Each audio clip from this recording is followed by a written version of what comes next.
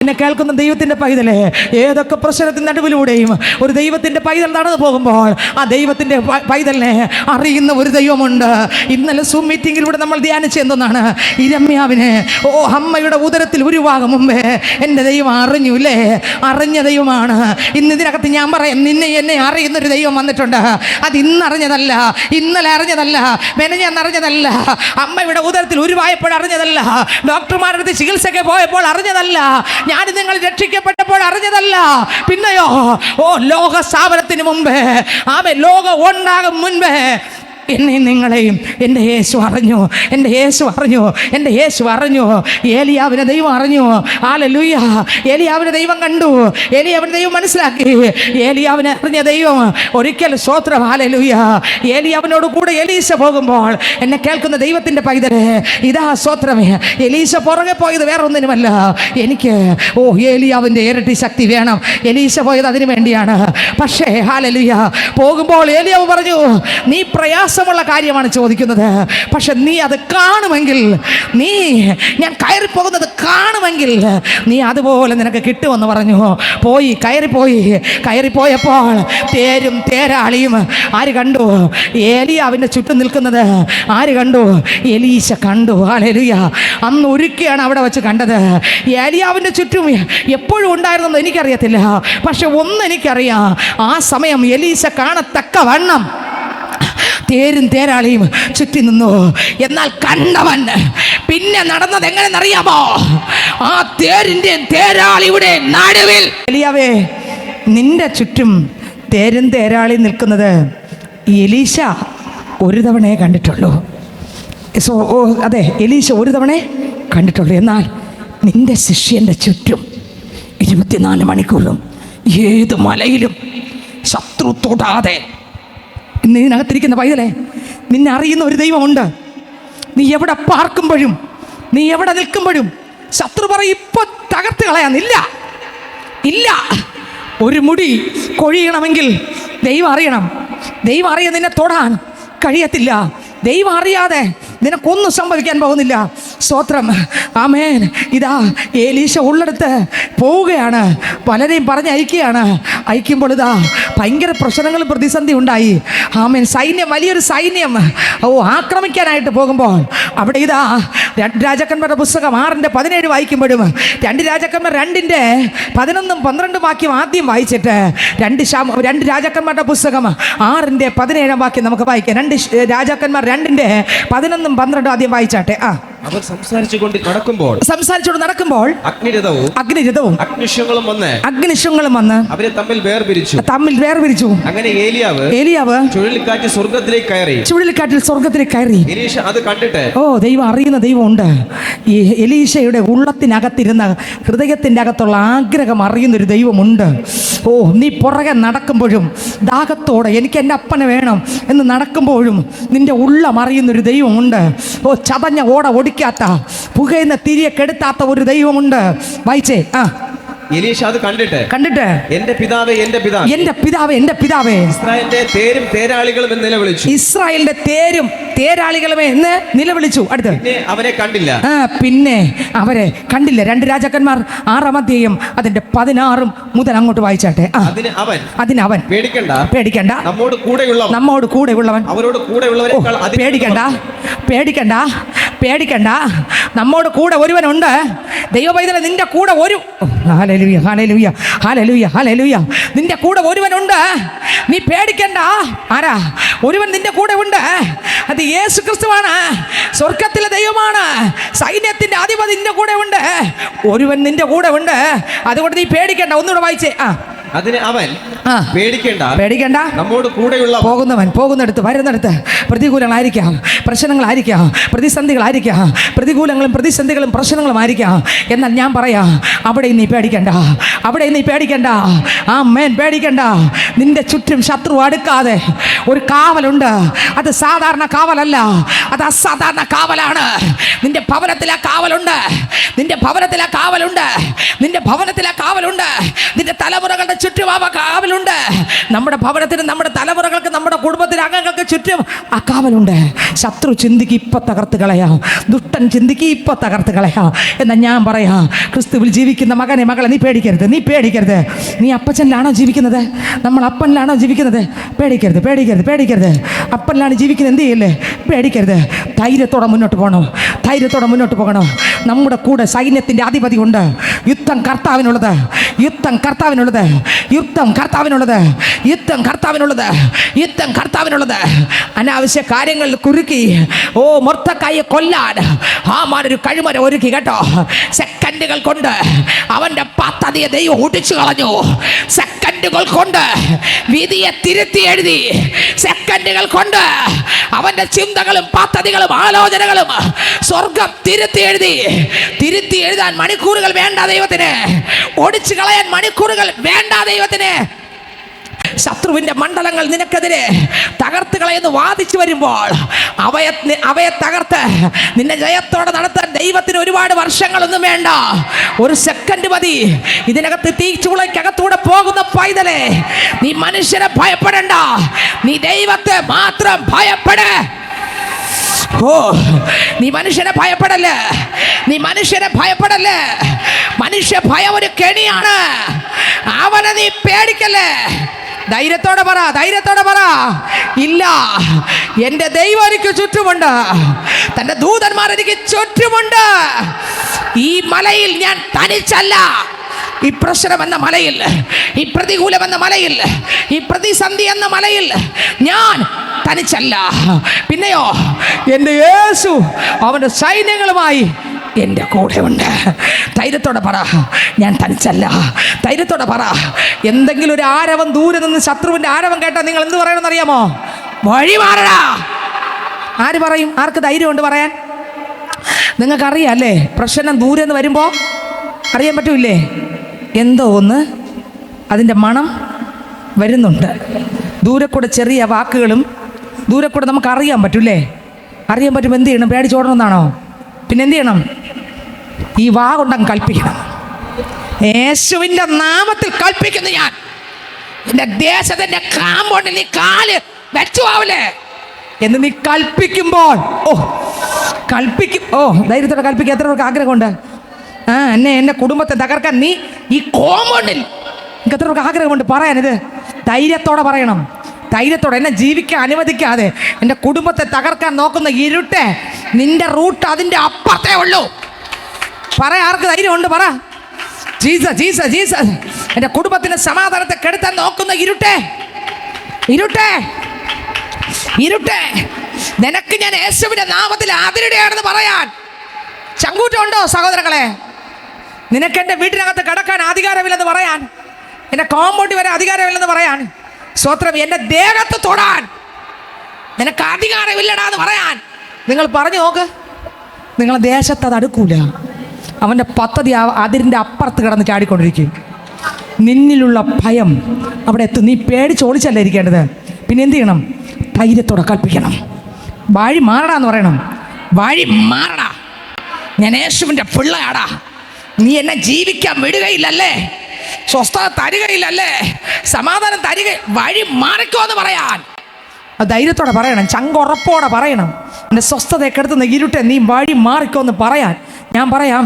അങ്ങനെ ഒരു പൈതൽ പറയുന്നെങ്കിൽ ഞാൻ ഉറപ്പിച്ച് നിങ്ങളോട് പറയാം, ഈ അന്ധകാര ശക്തി ഇരുട്ട് നീങ്ങിയിരിക്കും, നീങ്ങിയിരിക്കും.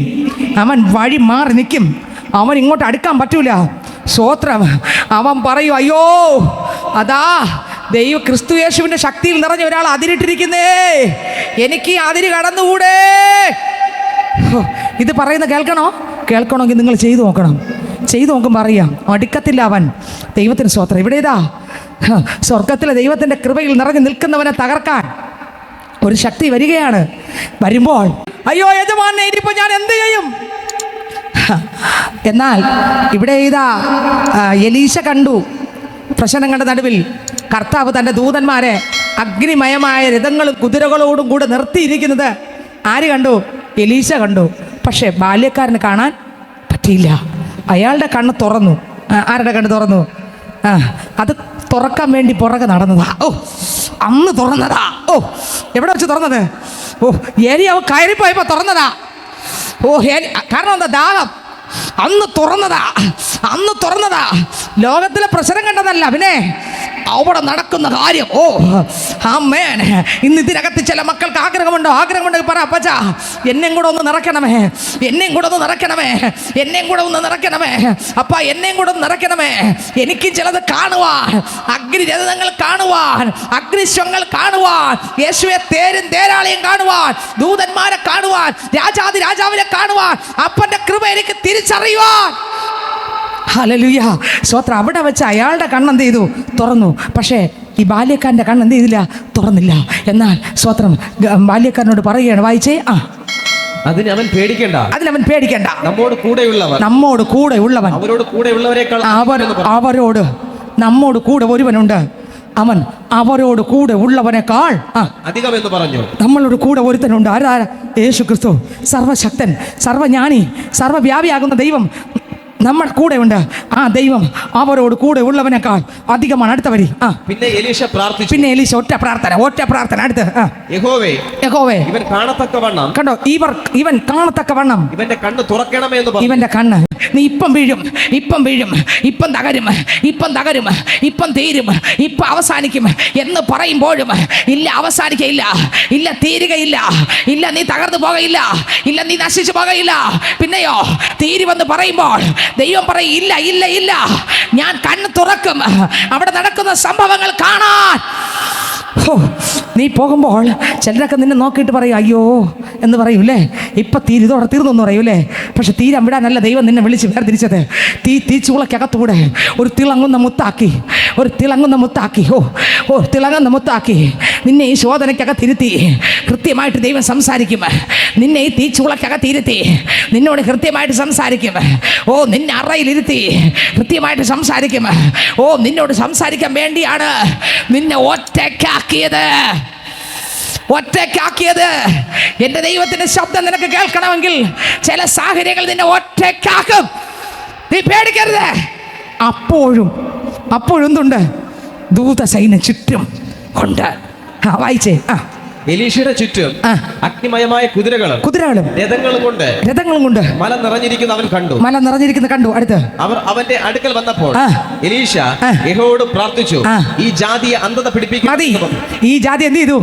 അന്ധത പിടിപ്പിച്ചു. നിന്റെ കുടുംബത്തിന്റെ തലമുറകളെ അടക്കി പരിച്ചൊതുക്കി പല രീതിയിൽ വെല്ലുവിളിച്ച് സമാധാനത്തെ കെടുത്തി, സന്തോഷത്തെ കെടുത്തി, സ്വസ്ഥതയെ കെടുത്തി, തലമുറകളിലൂടെ അടക്കി ഭരിക്കുന്ന ദുഷ്ട ഇരുട്ടിന്റെ ശക്തികളെ ആത്മാവിൽ നിറഞ്ഞ് നീ പറ അതിരുട്ടിട്ട് പറയടാ, നിനക്ക് എൻ്റെ മേലോ എൻ്റെ കുടുംബത്തിന്റെ മേലോ തൊടാൻ നിനക്ക് അധികാരമില്ല.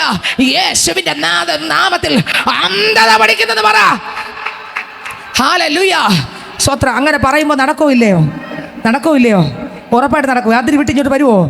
പക്ഷെ നിങ്ങൾ ക്ഷീണിച്ചാൽ കിടക്കും. കഴിഞ്ഞ 2 ആഴ്ച നിങ്ങൾ വചനത്തിൽ കൂടെ കേട്ട് കാണും. വെള്ളിയാഴ്ച ദിവസം ക്ഷീണിച്ചിരുന്നാൽ കിടക്കും. ക്ഷീണിക്കാതെ ബലപ്പെട്ടിരുന്നാലോ? ക്ഷീണിച്ചിരുന്നാൽ അവൻ പല തന്ത്രങ്ങൾ മെടഞ്ഞ് കിടക്കും. സ്വത്രം. ഇസ്രായേൽ മക്കൾ ചെങ്കടലിന്റെ നടുവിലൂടെ അപ്പുറത്തെത്തി. തപ്പെടുത്ത് പാടിയപ്പോൾ ഇവരുടെ കയ്യിൽ ഒരുപാട് സ്വർണവും സമ്പത്തും ഫറവോനെ കൊട്ടാരത്തെ കൊള്ളയടിച്ച് വരികയാണ്. ഫറവോനെ ആ ദേശം മൊത്തം കൊള്ളയടിച്ച് വരികയാണ്. ആര്? ഇസ്രായേൽ മക്കൾ. സ്വത്രം. അതിൻ്റെ പിന്നാലെ ഇവരുടെ സമ്പത്തിനെ അപഹരിക്കാൻ ശത്രു ശക്തികളുണ്ട്.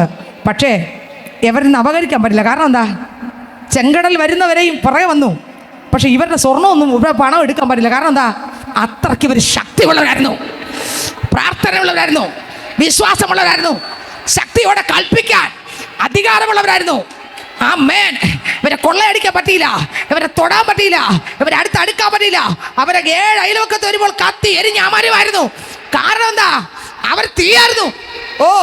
അവർ തീയായ വന്നേ. അവരെ കൊള്ളയടിക്കാൻ പറ്റിയില്ല.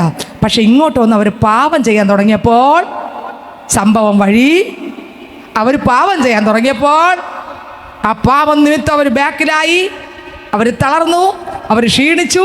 അപ്പത്തിൻ്റെ കുഴപ്പമല്ല. കഴിഞ്ഞ ആഴ്ച നിങ്ങൾ അപ്പോൾ ബാക്കിലിരുന്നു, ക്ഷീണിച്ചു, അതങ്ങ് തളർന്നു, കുഴഞ്ഞുപോയി. ആ സമയം നോക്കി മറ്റവന്മാരടിച്ചം കയറി. കണ്ടോ? ക്ഷീണിച്ചിരുന്നാൽ അവൻ അപ്പ കയറും, തളർന്നു പോയാൽ അവൻ അപ്പം അതിനെ കൈക്കലാക്കും. അതിനേക്കാളും നല്ലത് തളരല്ലേ, ധൈര്യത്തോടെ പറയണം, ഓ ഞങ്ങളോട് കൂടെയുള്ളവൻ ഈ ലോകത്തിലുള്ളവനേക്കാൾ വലിയവനാണ്. ആമേൻ. പ്രശ്നങ്ങളും പ്രതിസന്ധികളും ഭവനത്തിനകത്ത് തലമുറകളെ ദണ്ണിപ്പിക്കുമ്പോൾ, കുടുംബത്തിലെ അംഗങ്ങളെ ദണ്ണിപ്പിക്കുമ്പോൾ, ഇതിനകത്തിരിക്കുന്ന സഹോദര സഹോദരി, നിനക്ക് ധൈര്യത്തോടെ കൽപ്പിക്കാൻ അധികാരമുണ്ടോ? എൻ്റെ കാമ്പൗണ്ടിനകത്ത്, എൻ്റെ ദേശത്തിൻ്റെ അടുത്ത് പോലും നിനക്ക് വരാൻ കഴിയത്തില്ലടാ. നീ ആ റോഡ് വിട്ട് അപ്പുറത്ത് നിന്നോളണം. എൻ്റെ കുടുംബത്തിനകത്ത് കലക്കം ഉണ്ടാക്കാൻ കടന്നു വരാൻ നിനക്ക് അനുവാദം തന്നിട്ടില്ല. യേശുവിൻ്റെ നാമത്തിലാണ് ഞാൻ കൽപ്പിക്കുന്നത്. മാറിപ്പോടാ എന്ന് പറയുമ്പോൾ അവൻ എന്ത് ചെയ്യും? നീങ്ങിപ്പോകും. ബലം നിനക്കും എനിക്കും കുറയുമ്പോൾ ശത്രു ചിലത് അപകരിക്കും. ബലത്തോടെ മുന്നോട്ട് പോകുമ്പോൾ അവൻ ഏരിയയിൽ അടുക്കാൻ പറ്റാതെ അലറി ഓടും. ശക്തിപ്പെട്ടോളണം, തളർന്നു പോകരുത്, വീട് പോകരുത്. നിങ്ങൾ അറിയുന്ന ഒരു ദൈവമുണ്ട്. ഹല്ലേലൂയ. എലീശ ദൈവം അറിഞ്ഞു.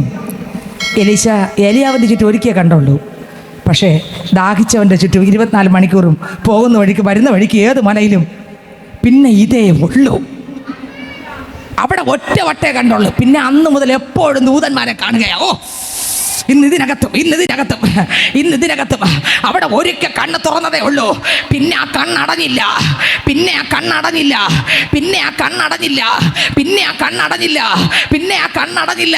അയാൾ കണ്ടുകൊണ്ടേയിരുന്നു. അയാൾ എന്ത് ചെയ്തു? കണ്ടുകൊണ്ടേയിരുന്നു. സ്വത്രം. 2 രാജാക്കന്മാരുടെ പുസ്തകം 8-ാം അധ്യായം 10, 11, 12 വാക്യം വായിക്കുമ്പോൾ, 2 രാജാക്കന്മാരുടെ പുസ്തകം 8-ാം അധ്യായം 10, 11, 12 വാക്യം വായിക്കുമ്പോൾ നമ്മളെല്ലാവരും ശ്രദ്ധിച്ചോളണം. വായിച്ചേ. 2 രാജാക്കന്മാർ 8, 10, 11, 12. അതിന് എലീശ, നീ ചെന്ന് അവനോട് നിനക്ക് നിശ്ചയമായിട്ട് സൗഖ്യം വരും എന്ന് പറക.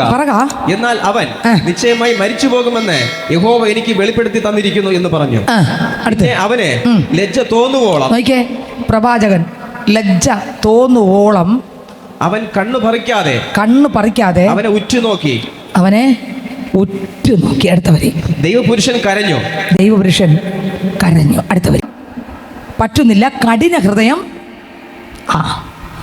ഹൃദയമാകുമ്പോൾ മുട്ട് മടക്കത്തില്ല. പിന്നെയോ ദൈവത്തിൻ്റെ വചനത്തെ സംശയിക്കുകയും അതിൻ്റെ മുമ്പിൽ കീഴടങ്ങാൻ പറ്റാതെ ഇരട്ടി പകയോടെ ചിന്തിക്കുകയും ചെയ്യുന്നു. ഇരട്ടി പിന്നെ പകയാണ് വരുന്നത്. സത്യത്തിൽ നമ്മൾ വചനം കേൾക്കുമ്പോൾ ദൈവമേ എന്നോടാണ് സംസാരിച്ചത് എന്ന് പറഞ്ഞ് ഞാൻ വീഴേണ്ട സ്ഥാനത്ത് എനിക്ക് വീഴലല്ല വരുന്നത്. എനിക്ക് ആരാണോ എന്നോട് അത് പറയുന്നത് അവരെ കൊല്ലാനുള്ളൊരു മനസ്സാണ് വരുന്നത്. കാരണം എന്താ? അവർക്ക് അവരിലുള്ള പാപത്തെ കാണാനുള്ള ഇഷ്ടവുമില്ല. അവരെപ്പോഴും അവർക്ക് നല്ല ആളാണ്. ഞാൻ ചിലത് കണ്ടിട്ടില്ലേ, എപ്പോഴും വീട്ടിനകത്തുള്ള എല്ലാവരും കുറ്റം പറയും. ഒന്നും ചെയ്തിട്ട് ഞാൻ ഇങ്ങനെ ചെയ്തു പറഞ്ഞ ആള് എല്ലാം ചെയ്തു. ബാക്കിയുള്ള എല്ലാവരും കുറ്റക്കാരി, പറഞ്ഞ ആളെല്ലാത്തിലും പെർഫെക്റ്റ്. 100 മാർക്ക്, 100-ന് 150 മാർക്ക്. സ്വതന്ത്രം. അർത്ഥം, ഞാനെല്ലാം തികഞ്ഞ ആള്, എൻ്റെ മുമ്പിൽ ഇരിക്കുന്ന ആളെ എല്ലാത്തിനും കുഴപ്പം പിടിച്ചത്. ഈ ചിന്ത എനിക്ക് നിങ്ങൾക്ക് എന്നൊക്കെ മാറാതെ നിൽക്കുക, അന്ന് ഒരിക്കലും രക്ഷപ്പെടാൻ പോണില്ല. എൻ്റെ തെറ്റ് ഞാൻ കണ്ട് മുട്ട് മടക്കി ദൈവവചനം എന്നോടാണ് സംസാരിക്കുന്നത്, എനിക്ക് രക്ഷപ്പെട്ടേ തീരുമെന്ന്. അതിന് ദൈവം മുമ്പിൽ വില കൊടുത്ത് മുട്ട് മടക്കി കരഞ്ഞ് പ്രാർത്ഥിച്ച് ഉപവസിക്കണം. മൃഗമായ നമ്മളെ ഒരു കുഞ്ഞാടാകാൻ. അപ്പം മൃഗം ഞാൻ എപ്പോഴും മറ്റുള്ളവരുടെ കുറവ് പറയുന്ന ആളാണ്, എപ്പോഴും മറ്റുള്ളവർ കുറ്റം പറയുന്ന ആളാണ്, എപ്പോഴും മറ്റുള്ളവർ തെറ്റ് മാത്രം കാണുന്ന ആളാണ്, എപ്പോഴും മറ്റുള്ളവർ അവഗണിക്കുന്ന ആളാണ്. യേശുവേ, ഞാൻ എന്തൊക്കെ ചെയ്തിട്ടും എനിക്കതൊന്നും കാണാൻ പറ്റുന്നില്ല. യേശുവേ, കൈ നിവർത്തി നോക്കണം, ശരീരത്തിലും തിരിഞ്ഞ് നോക്കണം, നമ്മളെ അഹങ്കാരം ഒന്ന് പൊട്ടിയിട്ടുണ്ടോ എന്ന്. പിന്നെയല്ലേ മറ്റുള്ളവരെ പഴിചാരാൻ. ദൈവത്തിന് സ്തോത്രം. പൊട്ടാത്തടുത്തോളം കാലം ഞാൻ പറയാം, അങ്ങനെ തന്നെ ഇരിക്കും. ഇന്ന് നോക്കി, ആ പ്രവാചകൻ നോക്കി, ഈ മനുഷ്യൻ്റെ കണ്ണിൽ തന്നെ കണ്ണ് പറിക്കാൻ നോക്കുകയാണ്. എടാ, നിന്നിലൂടെ എത്ര എണ്ണം മരിക്കാൻ പോകുന്നതെന്ന് അറിയാമോടാ? നിന്നിലൂടെ പറയാൻ പറ്റുമോ? കണ്ണ് പറിക്കാൻ നോക്കുക. ഈ നോയിക്കൊണ്ടിരിക്കുമ്പോൾ തന്നെ കാണുന്നുണ്ട് ഇവനിലൂടെ എന്തൊക്കെ നടക്കാമോ. നിങ്ങൾക്ക് മനസ്സിലായോ? ദൂതന്മാരെ മാത്രമല്ല കാണാൻ കൃപ ഉള്ളത്, ദൂതന്മാരെ മാത്രമല്ല ഈ പ്രവാചകനെ കാണാൻ കൃപയുള്ളത്. പിന്നെ യവനിലൂടെ നടക്കുന്ന ഹീനമായ പ്രവാചകന്റെ ആത്മാവിന്റെ ദൃഷ്ടിയിൽ കാണുകയാണ്. വായിച്ച ഒന്നുകൂടെ. യജമാനൻ കരയുന്നത് എന്ത് എന്ന് ഹസായേൽ ചോദിച്ചതിന് അവൻ തൊട്ട് മുമ്പ് ഒന്നുകൂടെ വായിച്ചു പോയേ. നീ ചെന്ന് അവനോട് നിനക്ക് നിശ്ചയമായിട്ട് സൗഖ്യം വരും എന്ന് പറക, എന്നാൽ അവൻ നിശ്ചയമായി മരിച്ചു പോകുമെന്ന് യഹോവ എനിക്ക് വെളിപ്പെടുത്തി തന്നിരിക്കുന്നു എന്ന് പറഞ്ഞു. പിന്നെ അവന് ലജ്ജ തോന്നുവോളം അവൻ കണ്ണു പറിക്കാതെ, ലജ്ജ തോന്നുവോളം പ്രവാചകൻ ഇയാളുടെ കണ്ണ് പറിക്കാതെ അവനെ ഉറ്റു നോക്കി. ഇവൻ അന്തം വിട്ടിരിക്കുകയാണ്. ഇവന് മനസ്സിലായില്ല എന്തിനാണ് ഉറ്റു നോക്കുന്നതെന്ന് മനസ്സിലായില്ല. പക്ഷേ പ്രവാചകൻ പൊട്ടി തകരുകയാണ്. കാരണം ഇവനിലൂടെ വരാൻ പോകുന്ന പാപം. ദൈവം കയ്യിനോട് പറഞ്ഞു, എന്തോന്നാ പറഞ്ഞേ? പാപം ബാധിക്കൽ. ഇവിടെ കണ്ണു പറിക്കുന്നില്ല. അടുത്ത വരി. അവനെ ഉറ്റുനോക്കി ദൈവപുരുഷൻ പൊട്ടിക്കരഞ്ഞു. അയ്യോ അപ്പൊ ഈ മുമ്പ് ഇരുന്നവൻ പറഞ്ഞ് ചിന്തിച്ചാണ്, അയ്യോ ഞാൻ ഒന്നും ചെയ്തില്ലല്ലോ, പിന്നെ എന്തിനാണ് ഇയാൾ കരയുന്നത്? കണ്ടോ? അപ്പോ കണ്ണ് പറിക്കാതെ നോക്കുമ്പോൾ മറ്റു വിചാരിച്ചു ഇയാളെന്തിനാ കണ്ണ് പറിക്കാതെ നോക്കുന്നേ? അടുത്ത വരി കരയുകയാണ്, പൊട്ടിക്കരയുകയാണ്. അടുത്ത വരി. യജമാനൻ കരയുന്നത് എന്ത് എന്ന് ഇയാൾ ചോദിച്ചു, യജമാനൻ എന്തിനാ കരയുന്നത്? എന്നെ ഇങ്ങനെ നോക്കി കരയുന്നത് എന്തിനാ? ഹസായേൽ ചോദിച്ചതിന് അവൻ നീ ഇസ്രായേൽ മക്കളോട് ചെയ്യുവാനിരിക്കുന്ന ദോഷം ഞാൻ അറിയുന്നത് കൊണ്ട് തന്നെ. എന്താണെന്നറിയുന്നു? കരഞ്ഞ എന്തിനാ? ദൂതന്മാരെ മാത്രമല്ല കാണാനുള്ള കൃപ, ചുറ്റും നിൽക്കുന്ന ദൂത സൈന്യത്തെ, രഥങ്ങളെ മാത്രം കാണാനുള്ള കൃപയല്ല. ഈ മനുഷ്യൻ ഇനി എത്ര എണ്ണത്തിനെ കൊല്ലാൻ പോകുന്നു. നമ്മൾ ആലയത്തിനകത്ത് ഓരോ വചനവും തരുമ്പോൾ ഇതുപോലെ ദൈവം തന്നുകൊണ്ടിരിക്കുകയാണ്. ഇതിനകത്ത് അനേകര്, നല്ലൊരു ഭാഗം പേര് ഞാൻ പറയാം, ദൈവം അവരെ അനുഗ്രഹിക്കട്ടെ. ഞാൻ ഈ ആരാധന കഴിഞ്ഞ് പോകുമ്പോൾ എപ്പോഴെങ്കിലും അവർ വിളിച്ചാൽ അവർ പറയുന്നൊരു വരിയുണ്ട്, സിസ്റ്ററെ ഞങ്ങൾ നിങ്ങളോട് ഈ വിഷയങ്ങളൊന്നും പറഞ്ഞില്ല, എൻ്റെ വീട്ടിൽ നടക്കുന്ന വിഷയങ്ങളാണ് നിങ്ങൾ പ്രസംഗിച്ചത്, പക്ഷേ ഞങ്ങൾ കേൾക്കാൻ കാത്തിരുന്നു, ഞങ്ങൾക്കുള്ള ആലോചന പ്രസംഗത്തിൽ കൂടെ കിട്ടി. ഞാൻ ആരെയും പേര് പറയുന്നില്ല ഇതിനകത്തുണ്ട് ആൾക്കാർ. ഞാൻ പറയാം, അവരെ നോക്കി ഞാൻ നിങ്ങളുടെ മുമ്പിൽ നിന്ന് വിളിച്ച് പറയട്ടെ, അവർ വന്നത് സിസ്റ്ററിനെ നോക്കിയല്ല, അവർ വന്നത് പള്ളി മുടങ്ങിപ്പോകും ഞായറാഴ്ച ദിവസം, നീ അങ്ങനെ പോവാം എന്നും അല്ല. അവർ വന്ന എന്തിനറിയാമോ? ദൈവത്തിന് ഞാൻ പറഞ്ഞുകൊണ്ടിരിക്കുന്ന, പ്രാർത്ഥിച്ചുകൊണ്ടിരിക്കുന്ന വിഷയത്തിന് എന്നോട് എന്തൊക്കെ സംസാരിക്കുക സിസ്റ്ററിനെ അറിയിക്കാതെ അവർ കാത്തിരിക്കുക. എന്നോട് അറിയിച്ചിട്ടില്ല, അറിയിക്കാതെ അവർ കാത്തിരുന്ന് പ്രസംഗം കേട്ടോണ്ടിരിക്കുക. അപ്പോഴുണ്ട് പ്രസംഗത്തിനകത്തുകൂടെ മാല പോലെ അവരുടെ വിഷയങ്ങൾ വരുന്നു. അവർ പറയുന്നു, ഞങ്ങൾ ഇങ്ങനെ ചെയ്യാതിരുന്നപ്പോൾ ആ വചനത്തിലൂടെ അങ്ങനെ വന്നു. അപ്പം എനിക്ക് മനസ്സിലായി, ഇല്ല, എൻ്റെ ദൈവം എന്നെ, നിങ്ങൾക്ക് എത്ര പേർക്ക് അത് വെളിപ്പെട്ടു? അതാ ഞാൻ പറഞ്ഞേ, യേശുവിൻ്റെ മുമ്പിൽ ഞാൻ ഇരിക്കുന്നു എന്നും എന്നോട് യേശു പറയുന്നത് കേൾക്കണം, അതിനാണ് ഞാൻ പള്ളി വന്നു എന്നും ആരൊക്കെ ചിന്തിക്കുമോ അവരത് കേൾക്കും, അവർക്കത് മനസ്സിലാകും, അവർ മുട്ടുമടക്കും, അവരതിൻ പ്രകാരം ജീവിക്കും. അവർ വിടുവിക്കപ്പെടും. അവർ പലരും ഇങ്ങനെ വിളിച്ചു പറയുമ്പോൾ ഞാൻ ചിന്തിക്കുന്നൊരു വചനം, ദൈവമേ അവരെന്നെ ഇത്രയും വിഷയം ഉണ്ടായിരുന്നിട്ട് എന്നോട് പറഞ്ഞില്ലല്ലോ. പറയാത്തെന്നറിയാമോ? പറയാത്ത നല്ലതായി, ഒരു കണക്കിനൊന്നും പറയാത്ത നല്ലതായി. അവർ പറഞ്ഞിട്ടാണ് ആ പ്രസംഗത്തിൽ കൂടെ അത് വന്നെങ്കിൽ അവർ ചിന്തിക്കുമായിരുന്നു, ഞാൻ പറഞ്ഞത് അറിഞ്ഞിട്ടാണ് സിസ്റ്റർ പറഞ്ഞതെന്ന് വിചാരിക്കൂലേ. പക്ഷെ അവർ പറയാതെ വന്നപ്പോൾ അവർക്ക് മനസ്സിലായി, ഇത് ശാലിനി സിസ്റ്റർ പറയുകയല്ല, ഞങ്ങളോട് ഞങ്ങളുടെ അപ്പൻ വ്യക്തമായും സ്പഷ്ടമായും അത് സംസാരിക്കുകയാണ്.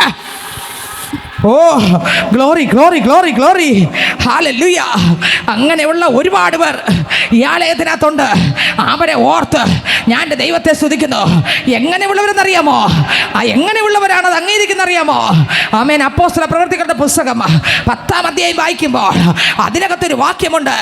അപ്പോസ്തല പ്രവൃത്തികളുടെ പുസ്തകം അതിൻ്റെ 10-ാം അധ്യായം വായിക്കുമ്പോൾ അതിനകത്ത് വേദപുസ്തകം പറയുന്നു, അതിനകത്ത് ഇതാ ആ സ്വത്രം യേശുക്രിസ്തുവിൻ്റെ അപ്പോസ്തല അപ്പോസ്തലനാകുന്ന പത്രോസ് ഇതാ കൊർന്നല്യോസിന്റെ വീട്ടിനകത്ത് പോവുകയാണ്.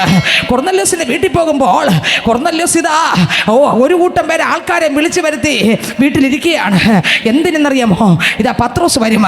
എന്നാൽ 33-ാം വാക്യം വായിക്കുമ്പോൾ 10:33 അപ്പോസ്തല പ്രവർത്തികളുടെ പുസ്തകം 10-ാം അധ്യായം അതിന്റെ 33-ാം വാക്യം വായിക്കുമ്പോൾ വായിച്ചേ. ക്ഷണത്തിൽ ഞാൻ നിന്റെ അടുക്കൽ ക്ഷണത്തിൽ ഞാൻ നിന്റെ അടുക്കൽ ആളയച്ചു. നീ വന്നത് ഉപകാരം. നീ വന്നത് ഉപകാരം. അടുത്ത വരി, കർത്താവ് നിന്നോട് കൽപ്പിച്ചതൊക്കെയും. എന്തോന്ന്? കർത്താവ് ദൈവദാസനെ നിന്നോട് കൽപ്പിച്ചിട്ടുണ്ട് കുറെ കാര്യം. പക്ഷെ പത്രോസിന് അറിഞ്ഞൂടെ എന്തോന്നാണ് കൽപ്പിച്ചിരിക്കുന്നതെന്ന്. പത്രോസിനൊന്നും അറിഞ്ഞൂടെ എന്ത് പറയണമെന്ന്. പൊട്ടനെ പോലെ തുപ്പട്ടിയെ കാണിച്ച് വിട്ടു. പക്ഷെ പത്രോസ് എഴുന്നേറ്റ് നിന്നപ്പോൾ വായിലൂടെ വന്നതെല്ലാം അവർക്ക് വേണ്ടിയതായിരുന്നു. നിങ്ങൾ നോക്കിയാ വായിച്ചാ വരി. എല്ലാവരും ശ്രദ്ധിച്ചേ. കർത്താവ് നിന്നോട് കൽപ്പിച്ചതൊക്കെയും കേൾപ്പാൻ ഞങ്ങൾ എല്ലാവരും ഇവിടെ ദൈവത്തിന്റെ മുമ്പായി കൂടിയിരിക്കുന്നു എന്ന് പറഞ്ഞു. ആരുടെ മുമ്പിൽ ഇരിക്കുന്നു? പത്രോസെ, നിന്റെ മുമ്പിലാണ് ഞാൻ ഇരിക്കുന്നത്. എനിക്ക് സംസാരിക്കാനുള്ളതെല്ലാം ഞാൻ നിന്നിലൂടെ കേൾക്കാൻ വന്നിരിക്കുന്നത്. അങ്ങനെയാണോ? അതാ പറഞ്ഞേ. ദൈവത്തിൻ്റെ മുമ്പിൽ ഇരിക്കുന്ന മക്കള് ദൈവത്തിൽ നിന്ന് കേട്ട് അത് പ്രാപിച്ച് അതിൻ പ്രകാരം ജീവിതത്തെ ക്രമീകരിച്ച് അവരോട് സ്തോത്രം പറയണ്ട, അവരോട് പാടാൻ പറയണ്ട. അവർ മറ്റേ എൻ്റെ അപ്പൻ്റെ മുമ്പിൽ ഞാൻ വരുമ്പോൾ ഞാൻ ദൈവത്തിൻ്റെ മുമ്പിലാണ് നിൽക്കുന്നത് എന്നുള്ള ബോധം എൻ്റെ അകത്ത് വന്നാൽ അവർ കരയും. അവർ ചിലപ്പോൾ പാടിയില്ലെങ്കിൽ പ്രാർത്ഥിച്ചില്ലെങ്കിൽ അവരെ ദുഃഖം ദൈവത്തോട് പറയും. സ്തോത്രം.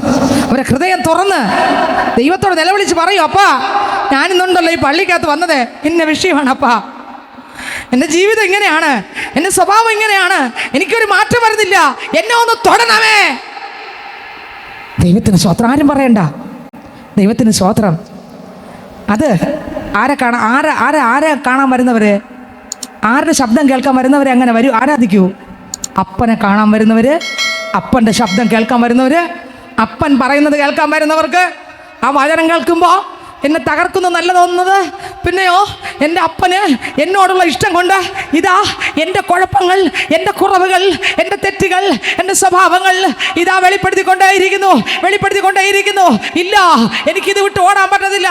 ഇതിൽ നിന്ന് എനിക്ക് രക്ഷപ്പെട്ടേ തീരൂ. ഇതിൽ നിന്ന് എനിക്ക് പുറത്തു വന്നേ തീരൂ. ഹല്ലേലൂയ. ദൈവത്തിന് സ്തോത്രം. വായിച്ചേ അപ്പോസ്തല പ്രവൃത്തി 10:33 ഒന്നുകൂടെ വായിച്ചേ. ക്ഷണത്തിൽ ഞാൻ നിന്റെ അടുക്കൽ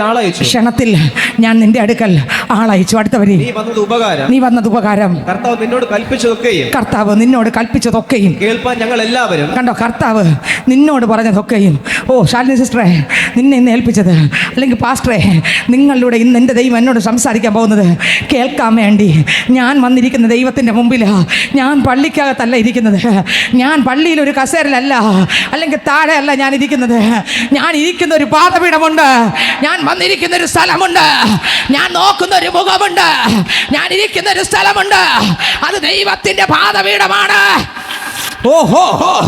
എനിക്ക് എൻ്റെ ദൈവത്തോട് പങ്കുവയ്ക്കാൻ ഒരുപാട് കാര്യങ്ങളുണ്ട്. എൻ്റെ ദൈവത്തോട് പറയാൻ, എൻ്റെ ദൈവത്തിൻ്റെ ഇഷ്ടം അറിയാൻ, ദൈവത്തിൻ്റെ ആലോചന അറിയാൻ, എൻ്റെ കുറവുകളെ ഉണരാൻ. ഹല്ലേലൂയ. ദൈവത്തിന് സ്തോത്രം. ദൈവത്തിന് മഹത്വം. കർത്താവിൻ്റെ പാദപീഠത്തിൽ വരുന്ന പൈതൽ കർത്താവിൻ്റെ ശബ്ദം കേൾക്കുന്നു. ഞാൻ പറയട്ടെ, നിന്നെ അറിഞ്ഞ ഒരു ദൈവമുണ്ട്. ഇരമ്യാവിനെ അറിഞ്ഞ ദൈവം. സ്തോത്രം.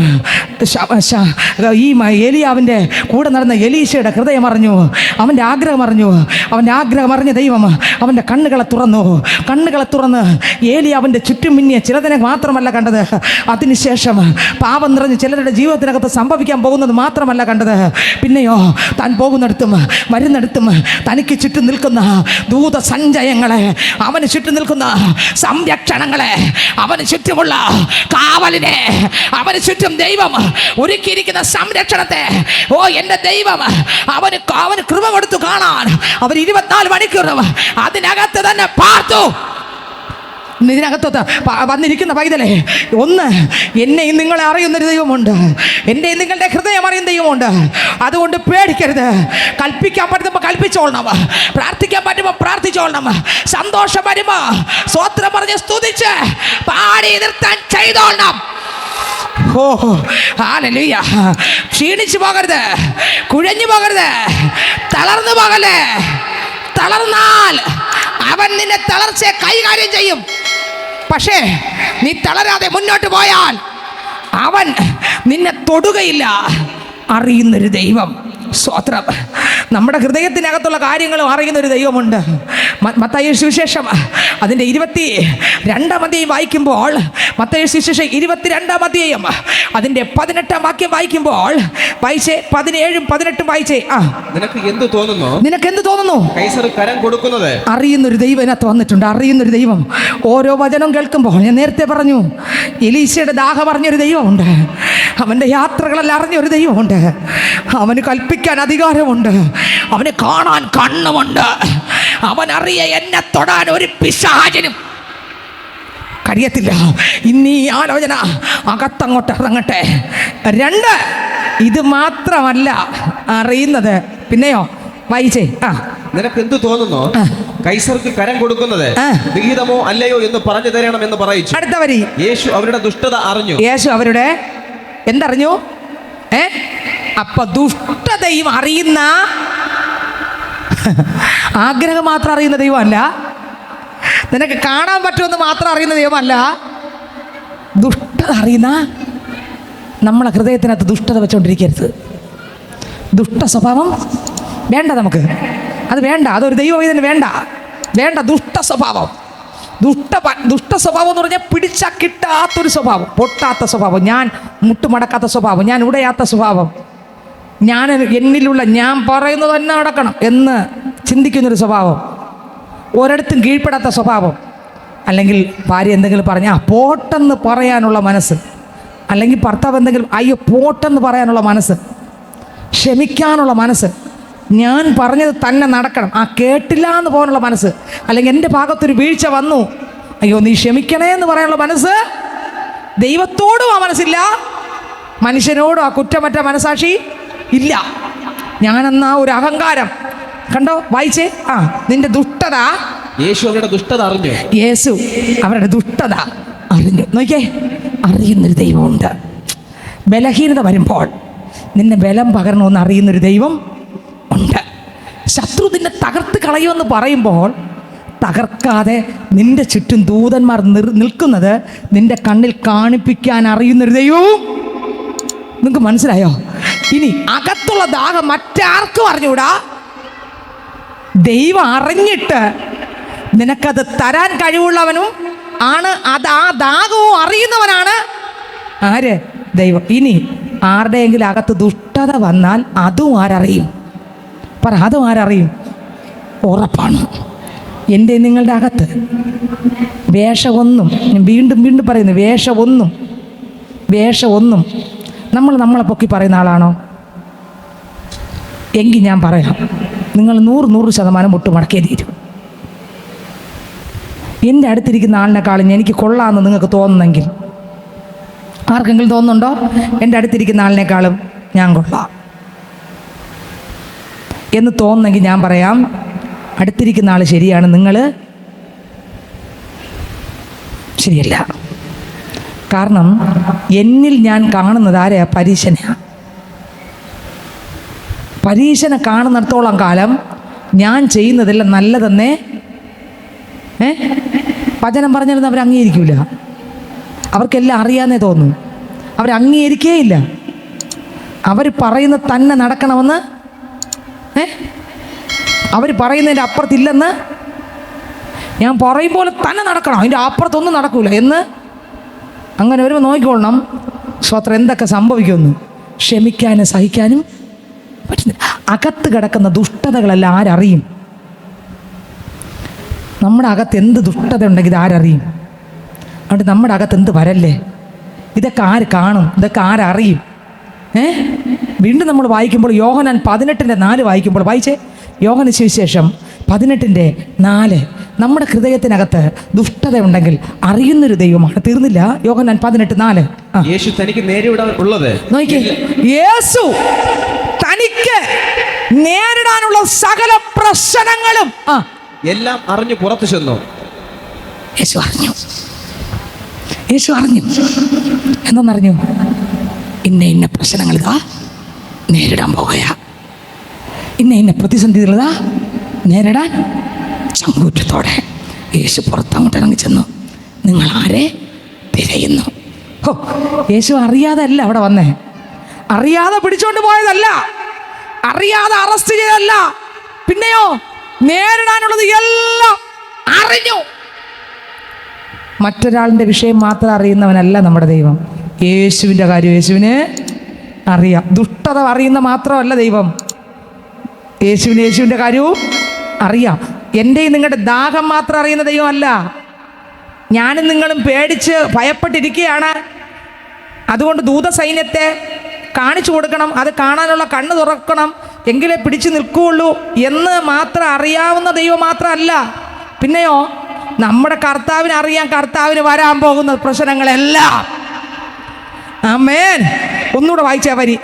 യേശു തനിക്ക് നേരിടാനുള്ളത് എല്ലാം അറിഞ്ഞു. യേശു തനിക്ക് നേരിടാനുള്ളത് എല്ലാം അറിഞ്ഞു. ലൂക്കോസ് 8:46 വായിക്കുമ്പോൾ, ലൂക്കോസ് 8:46 വായിക്കുമ്പോൾ വായിച്ചേ. എങ്കിൽ ശക്തി പുറപ്പെട്ടത് ഞാൻ അറിയുന്നു. എങ്കിൽ നിന്ന് എന്ത് വന്നു? ശക്തി. ആരൊക്കെ തൊട്ടാലും, ആരൊക്കെ തൊട്ടോ, ഇന്ന് ഈ പള്ളിക്കകത്ത് നേരത്തെ പറഞ്ഞില്ലേ, ഞാൻ ദൈവത്തിൻ്റെ ശബ്ദം കേൾക്കാൻ വന്നിരിക്കുന്നു. ഇനി ആ ശബ്ദത്തിൻ്റെ ഇടയിലൂടെ ആരെല്ലാം എൻ്റെ അപ്പനെ തൊട്ടാലും എൻ്റെ അപ്പൻ അറിയും, എൻ്റെ അപ്പൻ അറിയും. ഇതാ ഒരാൾ എന്നെ തൊടുന്നു, ഇതാ 2 പേർ എന്നെ തൊടുന്നു, ഇതാ 5 പേർ എന്നെ തൊടുന്നു. ആരെങ്കിലും തൊടുന്നുണ്ടെങ്കിൽ തൊടുന്നവർ വെറുതെ പോകത്തില്ല. ആ തൊടുമ്പോൾ തന്നെ അപ്പൻ്റെ അകത്ത് നിന്ന് ഒരു ശക്തി അങ്ങോട്ട് വെളിയിലോട്ട് ഇറങ്ങും. എന്തിനാണ് തൊട്ടെന്ന് അറിഞ്ഞിട്ട് ആ തൊട്ട വിഷയത്തിന് പരിഹാരം തരാൻ. നിങ്ങൾക്ക് എത്രയൊക്കെ മനസ്സിലായി? ആമേൻ. എന്തിനാണ് തൊട്ടതെന്ന് എൻ്റെ ദൈവം അറിഞ്ഞു. സഹോദരി പറഞ്ഞില്ല, അപ്പാ എനിക്ക് രക്തസ്രവമാണേ എന്ന് സഹോദരി പറഞ്ഞില്ല, പക്ഷെ തൊട്ടപ്പോഴേ അറിയാം, എൻ്റെ അപ്പൻ അറിയാം അവൾക്ക് ഇന്ന ബുദ്ധിമുട്ടായോണ്ടാ എന്നെ തൊട്ടത്. നീ പറഞ്ഞില്ലെങ്കിലും നീ പള്ളി വന്നിരിക്കുമ്പോൾ എൻ്റെ അപ്പനെ ഒന്ന് തൊട്ടാൽ നിന്റെ ആഴമേറിയ വേദനയുടെ ആഴം മറ്റാർക്കും അറിയത്തില്ല. ഇത് പരീക്ഷിക്കപ്പെട്ട ഒരാളെ ഉള്ളൂ. എല്ലാവരും ഒറ്റയ്ക്കാക്കുമ്പോഴും ഒറ്റയ്ക്ക് നിന്നവൻ്റെ വേദന യേശുവിന്, എല്ലാവരും തള്ളിപ്പറയുന്നവൻ്റെ വേദന അറിയാലോ. ആ വേദന യേശുവിന് അറിയാം. ദൈവത്തിന് സ്തോത്രം. ആരും ഇനി പറഞ്ഞു കൊടുക്കണ്ട. സ്തോത്രം. ചെയ്യാത്തതിനെ തോളിൽ വെച്ച് കൊടുക്കുമ്പോഴുള്ള വേദനയും യേശുവിന് അറിയാം. നമുക്ക് വരുന്നതൊന്നും പുതിയതല്ലെന്ന്. ഒന്നല്ല പുതിയത്. ആരും ചലിക്കുന്നത് വേറെ ഒരിടത്തോട്ടുമല്ല, എൻ്റെ പ്രാണപ്രിയന്റെ ശരീരത്തിലേക്കാ, ആ വസ്ത്രത്തിലേക്കാ, ആ വിളിമ്പിലേക്കാ. പക്ഷെ ഞാൻ പറയാ, ആ വിളിമ്പിൽ തൊടുമ്പോൾ നിന്റെ ആഗ്രഹം അറിഞ്ഞ് ഒരു ശക്തി അവനിൽ നിന്ന് ഇറങ്ങും. Hallelujah, hallelujah. നിങ്ങൾക്ക് എത്രയൊക്കെ മനസ്സിലായി? എന്നെ ആരെങ്കിലും തൊട്ടാലോ തട്ടിയാലോ എനിക്കറിഞ്ഞൂടെ ഇവരുടെ ആവശ്യം എന്തെന്ന്, പക്ഷെ എൻ്റെ പ്രിയനെ തൊട്ടാൽ അറിയാം. അവന് വിശപ്പാണെങ്കിൽ അവൻ അറിയാം, ഈ പിള്ളക്ക് വിശന്നാ എന്നെ തൊട്ടത്. അയ്യോ ദാഹിച്ചാണെങ്കിൽ അറിയാം, ദാഹിച്ച രോഗമാണെങ്കിൽ അറിയാം, അയ്യോ ഈ പിള്ളക്ക് പിടിച്ചിരിക്കാൻ പറ്റാതെ എന്നെ തൊട്ടത്. അയ്യോ ഒറ്റപ്പെടലാണെങ്കിൽ അറിയാം, അയ്യോ ഒറ്റപ്പെടലായോണ്ട തൊട്ടത്. അയ്യോ ആൾക്കാരുടെ നിന്നെ തകർത്ത് കളയുമെന്നുള്ളൊരു ഭീഷണിയാണെങ്കിൽ ദൈവത്തിനറിയാം. ഈ ശബ്ദം കേട്ട് അതിൻ്റെ നടുവിലൂടെ, ആ ശബ്ദത്തിൻ്റെ നടുവിലൂടെ, ആ വചന ശുശ്രൂഷയ്ക്ക് അകത്തുകൂടെ, ആ ആരാധനയ്ക്ക് അകത്തുകൂടെ ആ കരം നീട്ടി എന്നെ തൊട്ടത് വേറെ ഒന്നിനുമല്ല, ഇതാ ഇന്ന വേദനയ്ക്ക് വേണ്ടിയാണ്. ആമേൻ, ആമേൻ, ആമേൻ. നിന്റെ ഉള്ളം അറിയുന്ന, നിന്റെ ആവശ്യം അറിയുന്ന, നീ എന്താഗ്രഹിച്ചുകൊണ്ടാണ് ഇരിക്കുമ്പോഴും നീ വന്നിരിക്കുന്ന ദൈവത്തിൻ്റെ മുമ്പിലാണെന്ന് ഓർമ്മിച്ചാൽ, ഞാൻ നിങ്ങൾ ഇരിക്കുന്ന ദൈവത്തിൻ്റെ മുമ്പിലാണെന്നും അതിൻ്റെ നടുവിൽ എൻ്റെ എല്ലാ കാര്യങ്ങളും അറിയാവുന്ന ദൈവത്തിൻ്റെ മുമ്പിലാണ് ഇരിക്കുന്നതെന്നും ഞാൻ കരം നീട്ടുമ്പോൾ എൻ്റെ കര എന്തിനാണ് തൊട്ടതെന്നും അറിയുന്നൊരു ദൈവത്തിൻ്റെ മുമ്പിൽ. ആമേൻ, ആമേൻ, ആമേൻ, ആമേൻ, ആമേൻ, ആമേൻ. ഇന്ന് ഇതിനകത്ത് എത്രയൊക്കെ മനസ്സിലാകുന്ന എനിക്ക് അറിഞ്ഞൂടാ. അറിയുന്നൊരു ദൈവം. ഒരു സഹോദരി വേദനയോടെ വന്ന് യേശുവിൻ്റെ വസ്ത്രത്തിൻ്റെ വിളിമ്പിൽ അങ്ങോട്ട് തൊട്ടപ്പോൾ തൊട്ട ഉടനെ തൊട്ട ഉടനെ എന്തിറങ്ങി? തൊട്ട ഉടനെ എന്തിറങ്ങി? ഒരു ശക്തി ഇറങ്ങി. കടഭാരം മാറാനുള്ള ശക്തിയാണോ ഇറങ്ങിയത്? പിന്നെ ഏത് ശക്തി? എന്തിനാണോ അവൾ തൊട്ടത്? തൊട്ട വിഷയത്തിന് മറുപടിക്കുള്ള ശക്തി. ഓ, അവൾ പറഞ്ഞില്ല, അവൾ ആരോടും പറഞ്ഞില്ല ഇന്നതിനാണ് തൊടുന്നതെന്ന്. പക്ഷേ അവളുടെ കൈ വന്ന് തൊട്ടപ്പോൾ എൻ്റെ പ്രാണന് മനസ്സിലായി, പ്രിയന് മനസ്സിലായി, ഇവൾ തൊട്ടത് വേറെ ഒന്നിനുമല്ല. ഇവൾ തൊട്ടത് അവളുടെ ബുദ്ധിമുട്ട് മാറാനാ. വായിച്ചേ. യേശുവോ ഒരാൾ എന്നെ തൊട്ടു, എങ്കിൽ നിന്ന് ശക്തി പുറപ്പെട്ടത് ഞാൻ അറിയുന്നു എന്ന് പറഞ്ഞു. നോക്കിയേ, യേശു അറിഞ്ഞു. അടുത്ത് മർക്കോസ് 5:29 വായിക്കുമ്പോൾ, മർക്കോസ് സുവിശേഷം 5-ാം അധ്യായം അതിൻ്റെ 29-ാം വാക്യം വായിക്കുമ്പോൾ, ക്ഷണത്തിൽ അവളുടെ രക്തസ്രവം നിന്നു, ബാധ മാറി, താൻ സ്വസ്ഥയായി എന്ന് അവൾ ശരീരത്തിൽ അറിഞ്ഞു. എങ്ങനെ? യേശു അറിഞ്ഞു, പിന്നെ ആരും അറിഞ്ഞു? പറ. യേശു അറിഞ്ഞു. അപ്പം അതിൻ്റെ അർത്ഥം പറ. പള്ളിക്കകത്ത് വന്ന വെറുതെ അല്ലെന്ന്. പള്ളിക്കകത്ത് വന്നത് വെറുതെ അല്ലെന്ന്. അവൾ കാണേണ്ടവനെ കണ്ടെന്ന്. യേശു അവളെ തിരിച്ചറിഞ്ഞു, അവളും യേശുവിൻ. ഓഹോ, അവക്ക് മനസ്സിലായി ഈ ആലോചന എനിക്കാ, അവക്ക് മനസ്സിലായി ഈ ദൂത് എനിക്കാ, ഈ വചനം എനിക്കാ.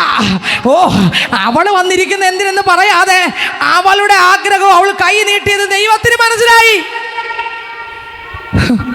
നിങ്ങൾ വന്നിരിക്കുന്ന എന്തിനെന്ന് എനിക്കറിഞ്ഞൂടാ, പക്ഷേ ഇതിനകത്ത് നിൽക്കുന്ന ദൈവത്തിനറിയാം.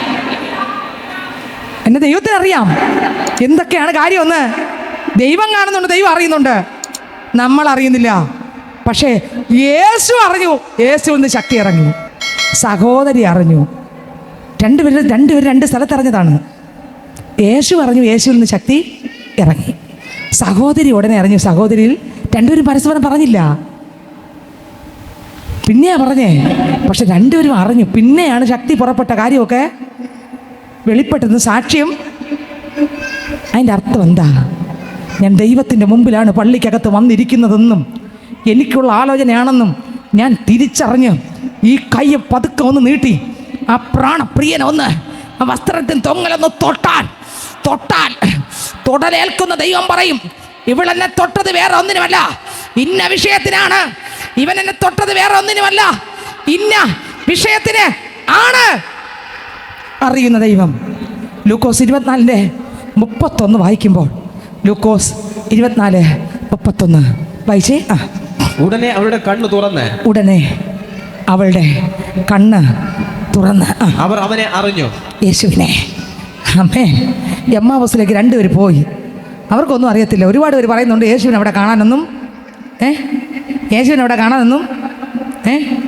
സ്തോത്രം. സഹോദര സഹോദരി, എന്നെ നിങ്ങളെയും കർത്താവിൻ്റെ വചനം വിളിച്ച് പറയാൻ കണ്ടിരിക്കുകയാണ്. എന്തിനാണ് കണ്ടിരിക്കുന്നത്? പറ. നമ്മൾ അറിയുന്ന ഒരു ദൈവമുണ്ട്, നമ്മളെ കാണുന്നൊരു ദൈവമുണ്ട്, നമ്മളെ മനസ്സിലാക്കുന്നൊരു ദൈവമുണ്ട്, നമ്മളെ അടുത്തറിയുന്നൊരു ദൈവമുണ്ട്. ഇവിടെ ഇതാ ദൈവം, യേശു ക്രിസ്തുവിൻ്റെ ശക്തി യേശുവിൽ നിന്ന് ഒഴുകുന്നത് പറഞ്ഞു. സഹോദരി ശക്തി, അവളുടെ മേൽ ശക്തി വന്നത്, അവൾ വിടുവിക്കപ്പെട്ടത് അവൾ അറിഞ്ഞു. മാത്രമല്ല, ഇതാ എമ്മാവൂസിലേക്ക് പോകുമ്പോൾ യേശു ക്രിസ്തുവിൻ്റെ ഉയർപ്പിനെക്കുറിച്ച്, ആ മരണത്തെക്കുറിച്ച്, ഉയർപ്പിനെക്കുറിച്ച് സംസാരിച്ചുകൊണ്ട് പോകുമ്പോൾ ഇവർക്ക് യേശു നടന്നിട്ടും കാണാൻ പറ്റിയില്ല. ഇതാ യേശു ക്രിസ്തു അപ്പം എടുത്ത് നുറുക്കി കൊടുത്തപ്പോൾ ഇവരുടെ കണ്ണു തുറന്നു. ഇവർ യേശുവിനെ അറിഞ്ഞു. യേശുവിനെ പള്ളി വന്നാൽ നമ്മൾ അറിയണം. വീട്ടിലിരിക്കുമ്പോൾ നമ്മൾ യേശുവിനെ എന്ത് ചെയ്യണം? അറിയണം. യേശുവിനെ അറിയുന്ന ഒരാൾ ഒരിക്കലും മറ്റുള്ളവരുടെ കുറുക്കിൽ പഴിചാരാൻ പോകില്ല.